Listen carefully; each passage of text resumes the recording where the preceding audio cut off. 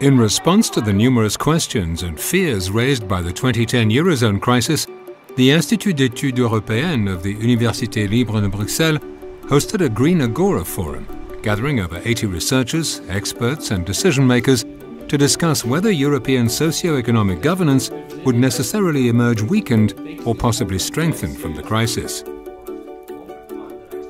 We are seeing the beginning of a recovery which is still weak, which is still fragile, and it's still uneven. It's a recovery that's primarily driven by exports, but now we see a gradual spread into consumption. But it's a recovery upon which we have a very high unemployment rate, over 12%, which indeed has stabilized, but it remains very high. The crisis hit quite dramatically in many areas. I think the gap between the north and south of Europe was quite dramatic, and the consequences on the social are not benign at all. And then if you look at the budgetary constraints, if you look at the needs for growth and the fact that we have constrained resources, it's an extremely complicated crisis, and it's really testing the deep integration of Europe. The main issue is that we have not really tested the EU governance mechanisms and the EMU mechanisms against a serious crisis, and that we did now. And now we see that there are a number of elements which don't function well. And I would highlight the fact that we have a monetary union, but we have too little political union and too little union in action to help the countries which are in crisis, and that is something one needs to correct. The problem is very structural and has to be addressed in a paradigmatically different way. If that doesn't happen, then the sort of negative interstate dynamic, rather than the sort of participatory supranational dynamic that we expected, is not going to happen. We're going to be stuck in the, interstate enmity and the spiral of, self-seeking strategies that have not really worked out so far. Neither for European integration, nor for European citizens themselves.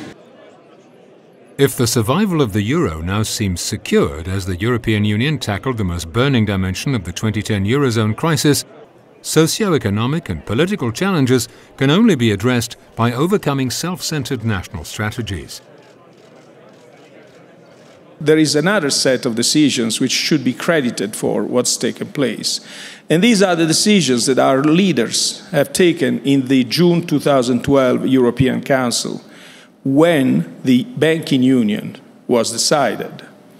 In this speech that you hinted at in London, I also said something that's never been reported. I said that the markets were vastly underestimating the amount of political commitment that our leaders have placed in making the euro a success. We are about to revise the very weak architecture of the European Monetary Union by complementing the monetary union with a true economic union. Secondly, by establishing a mechanism of enhanced social and political legitimacy. As the relative situation of the individual member states changes over time, necessities, divisions and priorities change. For the hoped-for solidarity to crystallize, a widely shared understanding of these evolving political and social fault lines is needed. This implies a common reading of the unsustainable imbalances facing the various national economies within the European Union. A first set of countries, amongst which the programme countries, have seen harsh austerity policies allow for their national accounts to balance out. They now face a steep growth challenge. A second set of countries, such as France, have not yet fully dealt with structural deficits, while also facing the need for greater growth. A third set of countries is far from balanced accounts, as their excesses have remained unchanged or even increased, which has come to weigh on the continent's overall growth prospects. There's a recent study out by the OECD, Mario, it's called a Reform Champion study, that looks at all the OECD members as to who has done the most reforms in recent years. And the top 4 countries are, in fact, the program countries: Greece, Spain, Portugal, Ireland, and Cyprus follows pretty quickly. What you may also not know, the last country on that list is essentially Germany. Macro imbalances remain, and what was initially mainly a financial crunch has now metastasized into broader social and political unrest. Looking forward, the Union has reached a turning point as it seeks to strike a new balance between competitiveness and investment, between old and new policy instruments, and between fiscal sovereignty and solidarity. There are underlying weaknesses, in particular on the labour markets and in terms of regulations on the labour markets, and certainly as well a question of costs with social protection spending in Europe, which is very high. Prior to the crisis, European welfare states were facing challenges for several decades with aging populations. In addition to that, challenges of fiscal consolidation, further dynamic related to labor markets, where countries that had low rates of low employment rates, they launched initiatives to increase employment rates, and mainly through atypical contracts, creating labor market dualization. The crisis has had an important impact on the governance of the European Union, and a new set of tools has been established with the macroeconomic imbalance procedure and other mechanisms as part of the European semester process.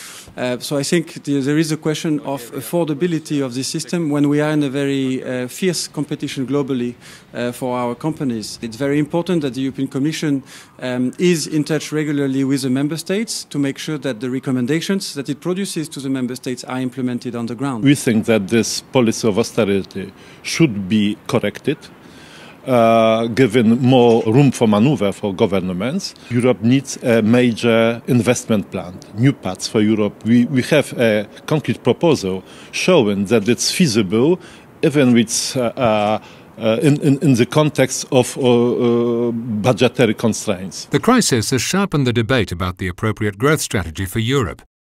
Regardless whether seeking to strengthen the continent's competitiveness or allow for productive investments, Europe needs new suitable policy instruments. In the short term, we need better policies, because right now Europe is stuck with a narrative about growth and employment which doesn't work anymore. We have to look at the situation as it is in Europe today. There are serious problems such as a credit crunch, for instance, very high youth unemployment, and these things need to be tackled within the next 2 years. That means they won't go away immediately, but they have to be counterbalanced a bit. But there is a clear contradiction between what I think we agree at the Union level to be very important medium and long-term investment objectives, notably investment in human capital on the one hand, and on the other hand, the short-term budgetary choices that are made. And the question is, how can we overcome that? And this is both a question of economic policy, budgetary policy, but also of the effectiveness of our mainstreaming of these, let's say, more soft objectives on education, on social inclusion, on employment, into the main decision making. That, I think, is a very urgent issue. For the first time, much more people are discussing about European issues, and we are understanding why we depend so much on each other. And we need to put together common solutions for these problems. I would be in favor of a banking union providing good credit for SMEs to invest and to create jobs, more coordination to improve social standards, environmental standards across Europe. And I also would be in favor of more instruments to invest in the future, European Investment Bank, and a budget for the Eurozone. New challenges call for new instruments, which in turn poses the question of dedicated budgets.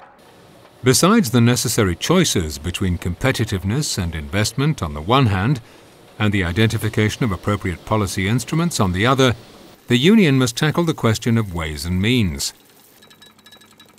The big difficulty is that you need fiscal solidarity for the next crisis to try to compensate and bail out banks. And here you have very strong opposition between the North, the rich North, and the poor South. And it is an unsolved political issue. And you are lacking the sincerity of politicians addressing the big issue. We should need technically more solidarity, but public opinion don't want to go this way.